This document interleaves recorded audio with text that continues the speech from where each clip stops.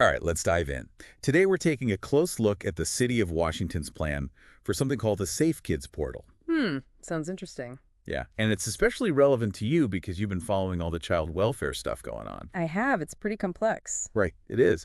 But the SafeKids Portal, it aims to make things a little easier, connecting kids who need help with the right resources. Makes sense.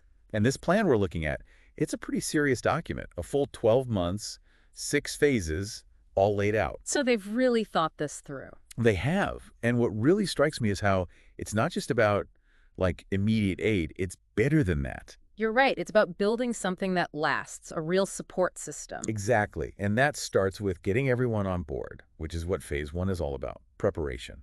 Oh, laying the groundwork. Yeah, the first 2 months are crucial, bringing together all the different players, child-serving professionals. Parish leaders, community folks, anyone who wants to help kids.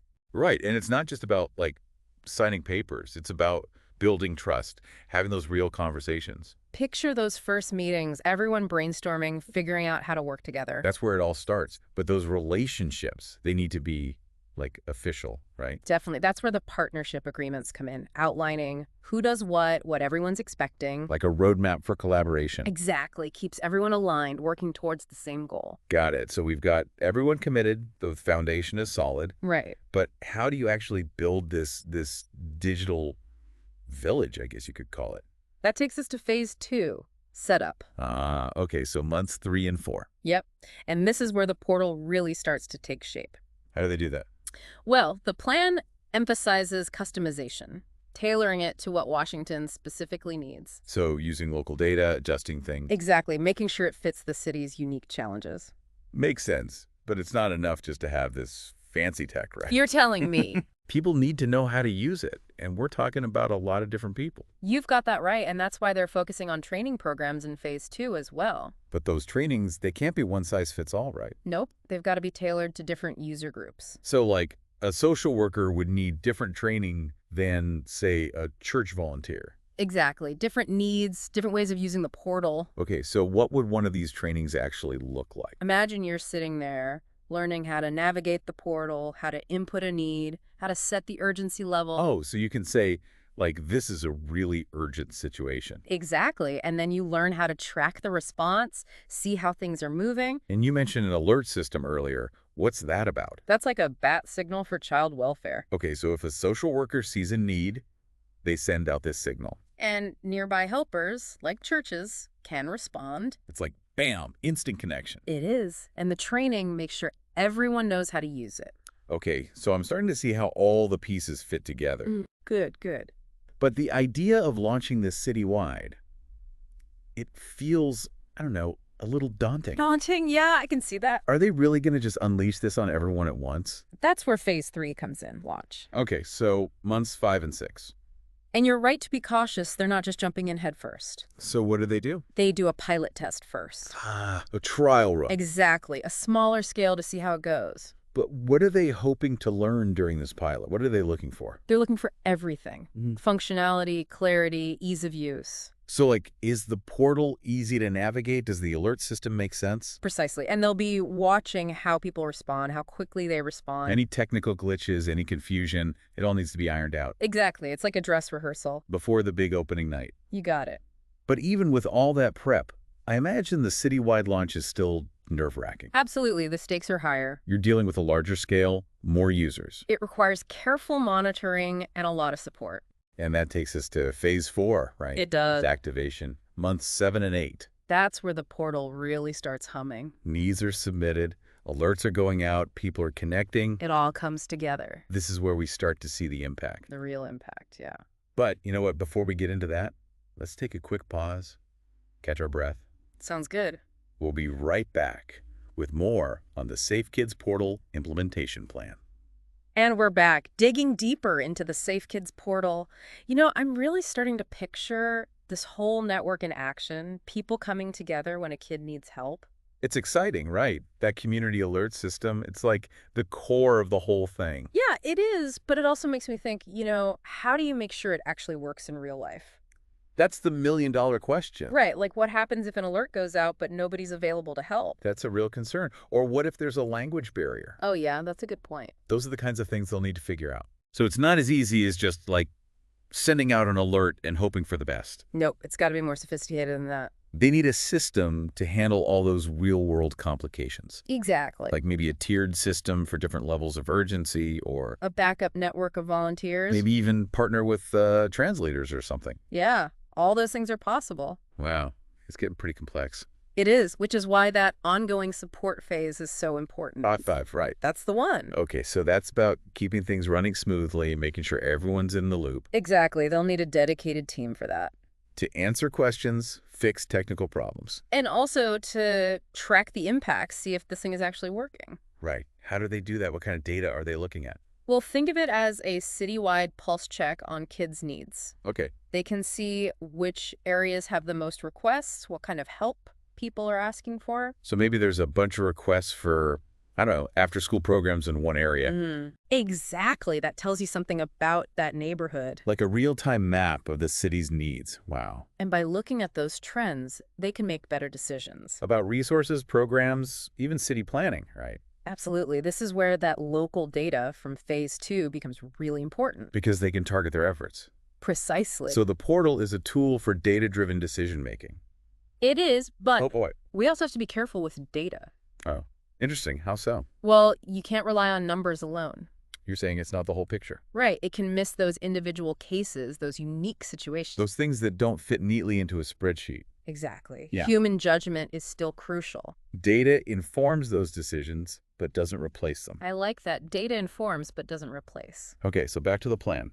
We've got these first 5 phases: the foundation, the system, the data. Yep. What happens next? What's phase 6 all about? That's review and expand. So they take a look at what's happened, what they've learned, Gather feedback from everyone involved. and then expand. What does that mean? Well, it could mean new partnerships.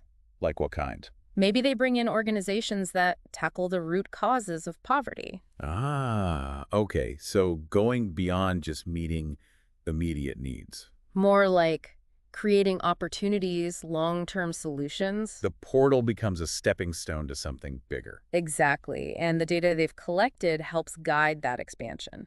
Wow, we've covered a lot of ground today. We have. This plan is pretty ambitious. It is, and I'm curious, what kind of challenges do you think they might run into?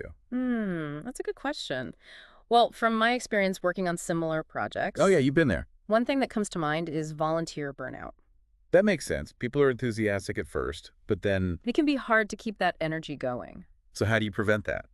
How do you keep people motivated? It's about building a sense of community, Oh, okay. making sure volunteers feel valued, appreciated. Not just like cogs in a machine. Exactly. It goes back to those relationships we talked about earlier. It's the human connection that makes it work. It really is. And that's one of the things I find most encouraging about this plan. What's that? It's not just about technology, it's about people coming together to help kids. That's a great takeaway, and we'll be right back with even more on the SafeKids Portal in just a minute.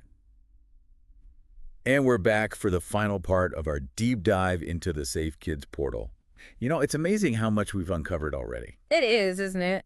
There's always so much to explore with these kinds of plans. Yeah, so many layers.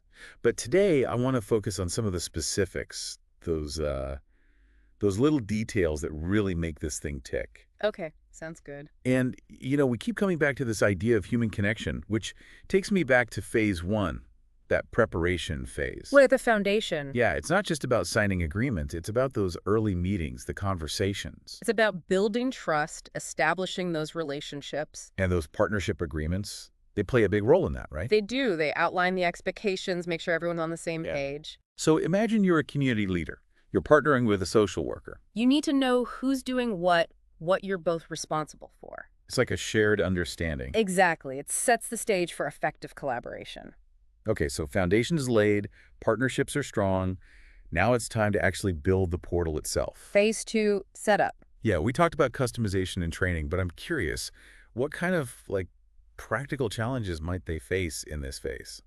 Well, on the technical side, integrating local data can be a real headache. Oh, right, because they're pulling from all these different sources. School records, health records, all sorts of databases. And making sure it all talks to each other, that's got to be tough. It is, and it has to be accurate, reflecting the real needs of the community. Yeah, and then you've got the training aspect. Oh, that's a whole other challenge. Because even with the best technology, If people don't know how to use it, it's useless. Right. Exactly. And we're talking about a wide range of users here. Some are tech savvy, Yeah. some aren't. So the training has to be flexible, accessible, meet people where they are. In-person sessions, online tutorials, whatever it takes. Right. It's about making sure everyone feels comfortable using the portal. Okay, so you've got the technical side, the training side, and then I imagine there are just like unexpected hiccups, Oh, there always are. which is why that pilot test in Phase 3 launch seems so crucial It is. It's a chance to catch those problems early on. before they affect the whole city. That's the key. So what kind of feedback are they looking for during that pilot? What are they watching for? Everything. They're looking at how well the portal functions. Is it easy to use? Does the alert system work properly?